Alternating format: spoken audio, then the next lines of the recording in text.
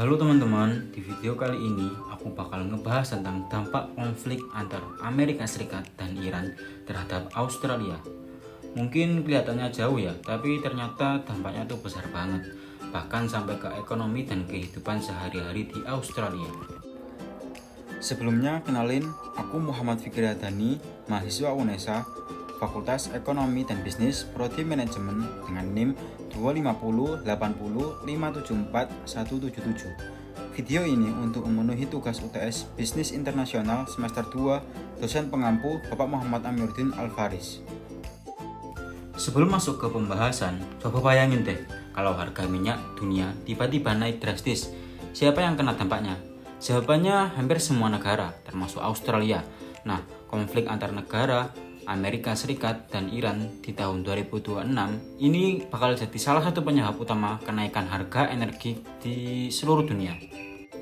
Kita mulai dari kondisi ekonominya dulu. Sebenarnya ekonomi Australia itu lagi dalam kondisi yang cukup bagus, pertumbuhannya stabil, penganggurannya rendah, dan investasi juga lagi meningkat. Tapi ada satu masalah besar, yaitu inflasi masih tinggi. Jadi walaupun ekonominya tumbuh, harga-harga juga ikut naik. Ini bikin daya beli masyarakat jadi agak tertekan. Nah, ini bagian penting banget. Australia itu unik. Dia adalah eksporting energi yang besar, tapi di saat yang sama juga sangat bergantung pada impor bahan bakar minyak. Sekitar 90% kebutuhan bahan bakar itu impor. Jadi kalau ada gangguan di jalur distribusi global seperti di Timur Tengah, Australia langsung kena dampaknya. Sekarang kita bahas hubungan negaranya. Australia itu sangat dekat dengan Amerika Serikat, baik dari segi militer, ekonomi, maupun teknologi. Sebaliknya, hubungan dengan Iran justru memburuk banget, bahkan sampai perdagangannya itu berhenti, dan ada sanksi. Dan juga ada kedutaannya yang diusir setelah dituduh terlibat dalam 2 serangan antisemit di Australia. Jadi, mari kita lihat berita dari CNN yang membahas kedutaan Iran yang diusir oleh Australia. Australia mengusir duta besar Iran dari negaranya pada Selasa. Keputusan itu diambil setelah Australia menuduh Iran terlibat dalam 2 serangan antisemit di Sydney dan Melbourne.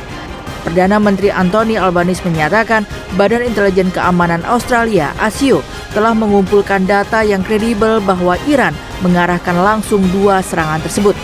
Menurut data terbaru Executive Council of Australian Jewry, sejak awal perang Israel-Gaza pada Oktober 2023 hingga Oktober 2024, terjadi lebih dari 2.000 insiden antisemitisme di Australia, termasuk pembakaran, perusakan rumah, sekolah, sinagoga, dan kendaraan milik komunitas Yahudi.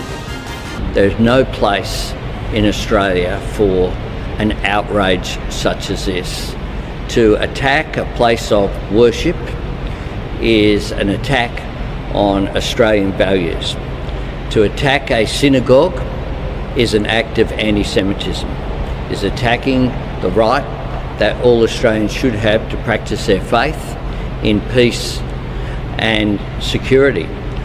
Menanggapi pengusiran duta besarnya, juru bicara Kementerian Luar Negeri Iran menyatakan tuduhan Australia itu tidak berdasar dan didorong oleh dinamika politik dalam negeri Australia sendiri. Iran akan memikirkan situasi ini dan mengambil keputusan yang tepat sebagai tanggapan atas pengusiran duta besarnya. آزار و اذیت کردن یهودیان به واسطه دینشون موضوعی است مربوط به اروپا و خودشون باید پاسخگو باشن در مورد گذشته تاریخیشون که تا به امروز ادامه پیدا کرده و متاسفانه در این موارد به فرافکنی روی میارن برای توجیه سیاست‌های ضد ایرانیشون. اون چیزی که مشخص هست این است که به نظر میرسه این تصمیم متأثر از تحولات داخلی استرالیا بود. Australia menjadi negara barat terbaru yang menuduh Iran melakukan aktivitas rahasia bermusuhan di wilayahnya. Bulan lalu, 14 negara termasuk Inggris, Amerika Serikat, dan Prancis telah mengecam peningkatan operasi intelijen Iran, termasuk plot pembunuhan, penculikan, dan pelecehan terhadap warga di luar negeri. Saat ini duta besar Iran diberi waktu 7 hari untuk meninggalkan Australia.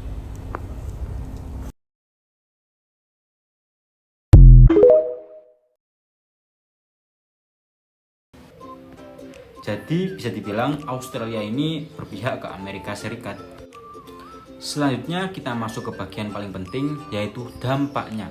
Yang pertama ada dampak ekonomi. Karena konflik ini harga minyak dunia itu melonjak. Efeknya ke Australia, harga bensinnya naik, ongkos transportasi naik, harga barang ikut naik.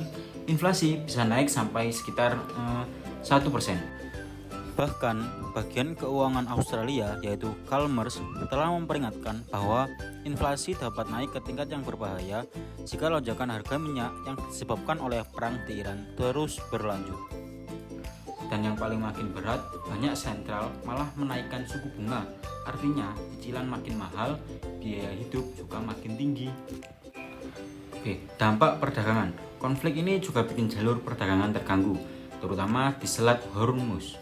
Akibatnya, pengiriman barang jadi lebih lama, biaya logistiknya naik, rantai pasokan kacau, bahkan kapal harus muter jalur yang lebih jauh, yang otomatis bikin biaya makin mahal. Selanjutnya, dampak ke pertanian. Ini yang sering nggak disadari.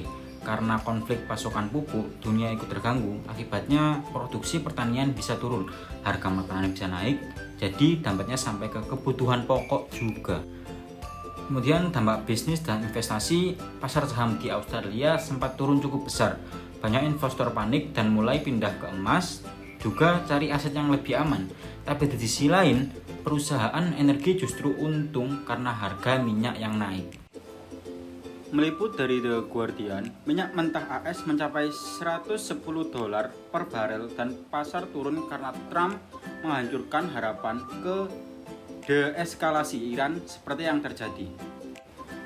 AJ Bell kepada analisis keuangan Danny Hewso mengatakan prospek eskalasi lebih lanjut selama akhir pekan telah melihat banyak investor bergegas untuk mengambil posisi defensif.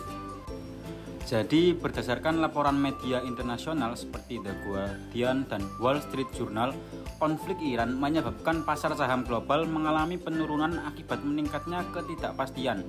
Namun, di sisi lain, sektor energi juga menjadi satu-satunya yang mengalami kenaikan karena harga minyak melonjak. Selain itu, investor juga mulai mengalihkan investasinya ke aset yang lebih aman untuk menghindari risiko kerugian.